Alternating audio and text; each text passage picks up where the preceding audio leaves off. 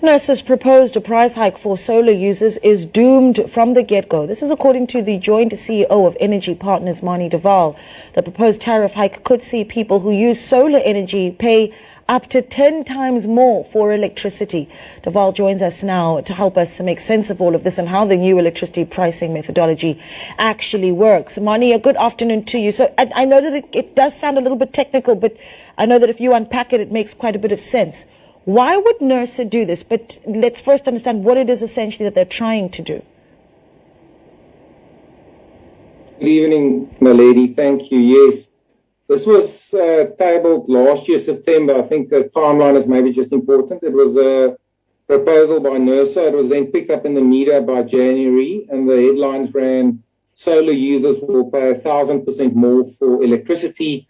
And then we commented on that. So that's basically the timeline here. We were inundated with calls from all over the industry. How can this work? How can this be, et cetera, et cetera. We then unpacked it. And our comment is this. I think everyone agrees that we need to find an equitable distribution of tariffs and who pays for electricity in South Africa. There's good reason to protect Eskom. But the NERSA proposal specifically, we just find incredibly impractical. It was even criticized by Eskom, who came up with an alternative.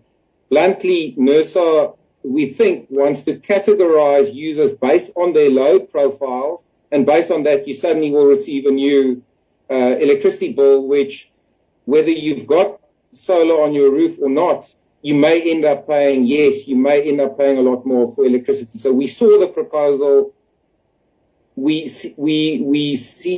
deem it impractical. It's just a proposal at this stage, so we'll see where it goes. But it certainly doesn't help the industry. It doesn't help the sentiment towards NERSA and towards Eskom when those kind of proposals come out. Yeah, but I'm just trying to understand. So what NERSA's proposing is that if you are a solar user, you would pay more for electricity coming from the national grid, correct? Yes. Yeah. They want to categorize users in... Yeah, sorry? Yeah? No, go ahead. They want to categorize users of electricity in 3 categories. And ultimately, if your load profile, in other words, as you draw electricity from the grid, if that is varying in nature, they then say to provide you, it's more expensive than to provide users like mine, which has got a 24-hour usage profile, and therefore you have to now pay more because you invested in something like solar technology, because you are generating your own electricity. You end up paying more because NERSA thinks it's then more expensive for them to provide you with electricity.